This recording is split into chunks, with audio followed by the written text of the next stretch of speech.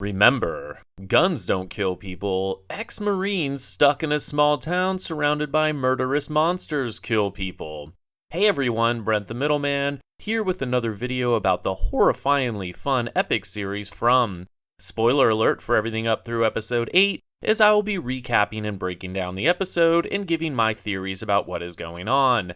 Now go wander around in the woods until you randomly stumble upon some life-saving rocks, because here we go. The episode picks up right where we left off. Khatri is dead, and Boyd is now extra motivated to get out into the forest to figure out what's going on. Boyd tells Denny it's time to man up because he's sheriff now, and then he goes to get Sarah.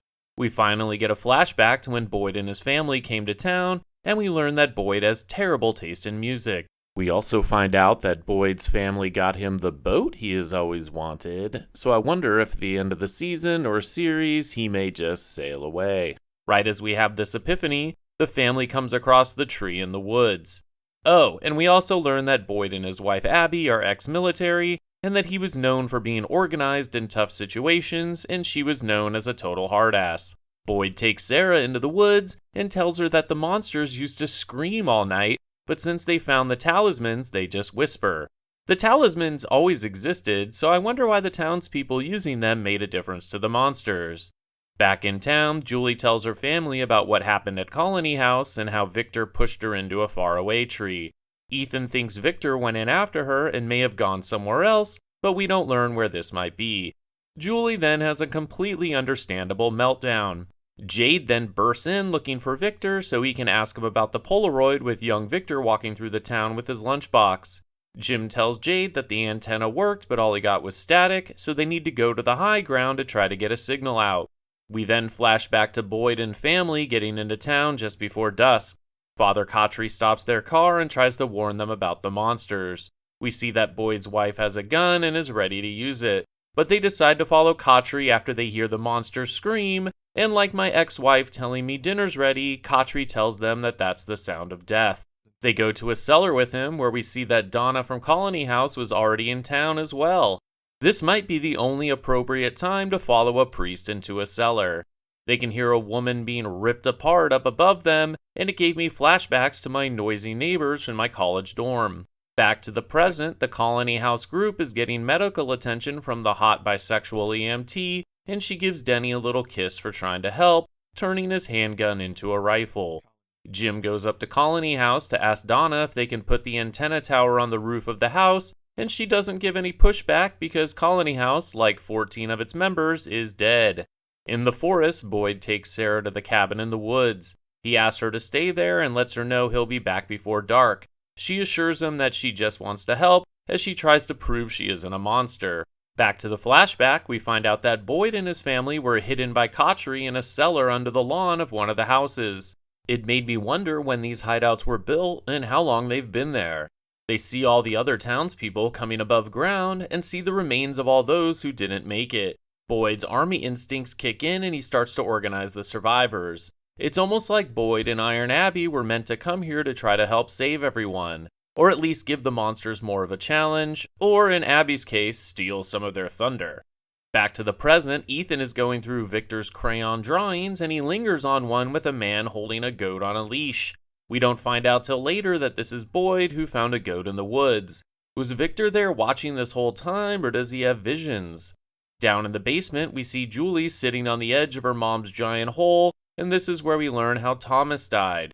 He was just an infant and on the changing table when both parents got distracted and he rolled off and died.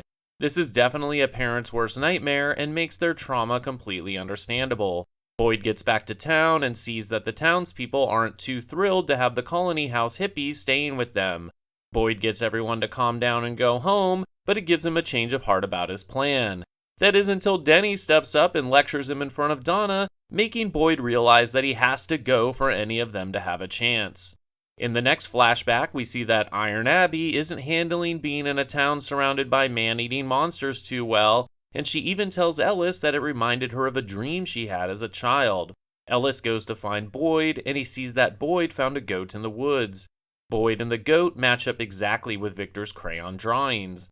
Did Victor create the town and the monsters? Is this a WandaVision situation with a powerful character in grief or distress manifesting a reality around them? Or is Victor just in the worst place at the worst possible time? Ellis finds Boyd and begs him to stay home and help Abby, but Boyd wants to head back into the woods for a few more hours. He ends up seeing one of Victor's dogs out there, and it looked like it even had a collar on. But something spooks the dog, and Boyd gets lost chasing after it. As it gets dark, he starts hearing the monsters scream, and as he's stumbling around, he falls into a cave. The monsters are all lined up in front of the entrance, but then turn around and walk away. Boyd looks around the cave and sees that it's lined with the talismans we have seen in all the houses. He takes them back to town the next day, but as he's walking back, he hears gunshots. He arrives to find Abby in full-on Terminator mode, just taking out everyone she can see. She thinks they are in a nightmare and she has to kill everyone to wake them up to save them. Boyd is hesitant to shoot her, even after watching her murder 3 or 4 people, but when she goes to shoot Ellis, he takes her out. Well, now we know why Ellis was at Colony House and mad at his dad. He feels like if Boyd had stayed with them, that Abby wouldn't have lost it and gone on a murderous rampage. We also found out how they came across the talismans and the livestock, as Boyd was the only one with the courage to go into the woods. It definitely raises a lot more questions, but it was good to get the backstory. Also, shout out to commenter Melissa Victor, she totally called this a few days ago. Boyd tells Ellis that he's heading out, but Ellis still has his emo switch flipped on. It's not until Fatima convinces him that he follows Boyd and apologizes. I'll admit it, this scene really touched your favorite middle manager, and as a father myself, it was good to see them share that moment. Boyd then handcuffs Sarah and they head out into the forest. Back in town, Denny rallies the townsfolk to come together while Boyd is out there trying to save them, and they all end up helping Jim get his antenna built. But we are going to have to wait until next week to see what Boyd finds out there and what signals Jim may be able to capture and or send out. Definitely a solid episode and a necessary one to get us caught up before we start to get some answers as to where they are and what is going on. Abby may have been wrong about them all being trapped in a nightmare, but I don't think that completely debunks my theory that they are in some dream dimension or something like that. I think the leading theory is that they are in some bubble, as if they are on the island from Lost or in Wakanda, a place shielded from the outside world. But those two places were in specific locations, just hidden. This place you can get to from anywhere. We have seen the faraway trees be able to transcend space to send people around. Maybe the entire town and forest works like that and there are entrances all over, they just can't see them. Or they only open up for certain people or people in certain situations.